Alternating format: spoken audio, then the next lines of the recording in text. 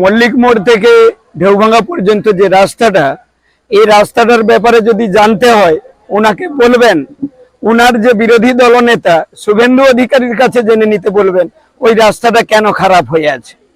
কেন শুভেন্দু অধিকারী মুর্শিদাবাদ থেকে এখানে কন্ট্রাক্টর এনেছিলেন, সেই কন্ট্রাক্টর কেন তার রাস্তার দায়িত্ব নেয়নি সেটা অশোক দিন্দা মহাশয়কে বলবেন, শুভেন্দু অধিকারীর কাছে জেনে নিতে। এর উত্তর আমরা দেব না, শুভেন্দু অধিকারীকেই দিতে বলবেন।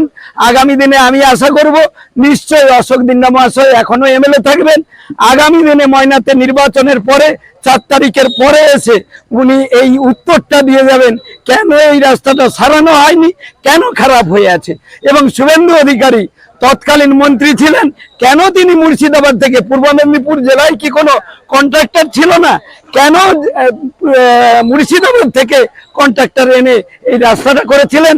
পরবর্তীকালে রাস্তা তৈরি হয়ে যাওয়ার পর যে রক্ষণাবেক্ষণ করার কথা উনি কোনো রক্ষণাবেক্ষণ করেনি, যার মেয়াদ এই 24 সালের মার্চ মাসে শেষ হয়েছে। সেজন্য আমরা রাস্তা করতে পারিনি। আগামী দিনে নিঃসন্দেহে ভোট পর্ব মিটে গেলে এই রাস্তা নতুন করে সারানো হবে। আমাদের যে নৈচনপুর 2 গ্রাম অঞ্চলের যে গ্রামবাসী তারা উপকৃত হবেন। আমরা উন্নয়নের ধারক বাহক আমরা আছি, থাকবো। উত্তম সিং বা অশোক দিন্দাকে কোনো জবাব দিতে আমরা রাজি নই। আমার নাম হিরালাল মান্না, আমি বর্তমান নৈচনপুর 2 অঞ্চল তৃণমূল কংগ্রেসের সভাপতি এবং গত 5 বছর এই এলাকার উপপ্রধান ছিলাম।